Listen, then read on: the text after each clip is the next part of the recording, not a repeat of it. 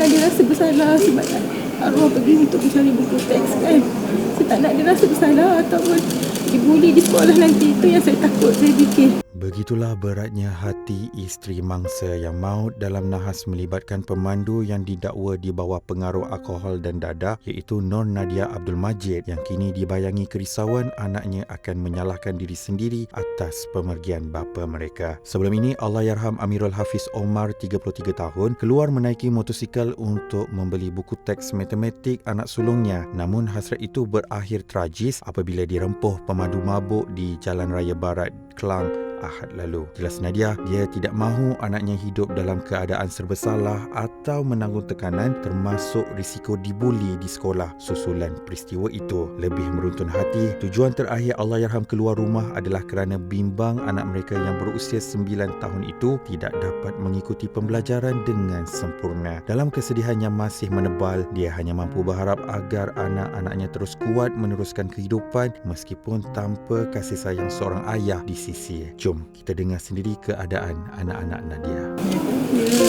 Anak-anak semalam tidur baju arwah, pakai baju arwah. Semalam saudara mara ada bawa anak-anak pergi ke kubur. Masih kecil tak pernah pergi kubur. Dia cakap, apa kat dalam? Apa kat dalam?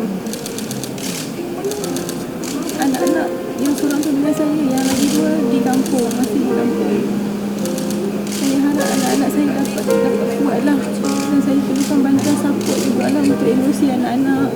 Saya tak nak dia rasa bersalah sebab arwah pergi untuk mencari buku teks kan. Saya tak nak dia rasa bersalah ataupun dibuli di sekolah nanti. Itu yang saya takut, saya fikir. Kan ada tak macam ibu atau yang bagi kampung yang datang bagi sokongan? Ada. Kita ada semalam di kampung ada. Tadi pun datang di rumah tapi saya tak ada, saya kat sini. Saya wakilkan kawan arwah lah. Dia pun adalah cakap nak bagi kaunseling. Alhamdulillah lah. Alhamdulillah, saya syukur sangat-sangat. Saya bersyukur sangat-sangat. Mungkin ada hikmahnya. Ada hikmah. Saya percaya ni, saya terima ni qada dan qadir, tapi ada hikmah semua ni. Ya Allah. Ya, anak saya di sekolah 2 orang. Dah masuk sekolah ke? Dulu saya nak balik sini, saya nak uruskan pertukaran sekolah lah. Dekat sana saya ramai family. Kalau saya sibuk, family boleh turun. Kalau dekat sini, kalau saya sibuk, anak-anak tak ada orang nak tolong tengok kan. Bani tu pindah ke kampung lah kan? Ya betul. Memang amanat arwah ada pesan lah macam tu. Kalau apa-apa jadi, balik duduk kampung. Jangan duduk sini. Sini tak ada siapa. Dan sedikit saya nak tambah sebagai seorang wanita, sebab saya faham dia seorang isteri, saya pun seorang isteri. Dan kita sebagai rakyat, kita memandang isu mabuk ataupun langgar lari, langgar bunuh bukan pertama kali di Malaysia, tetapi masih lagi berlaku dan hari ini kita nampak masih lagi berlaku.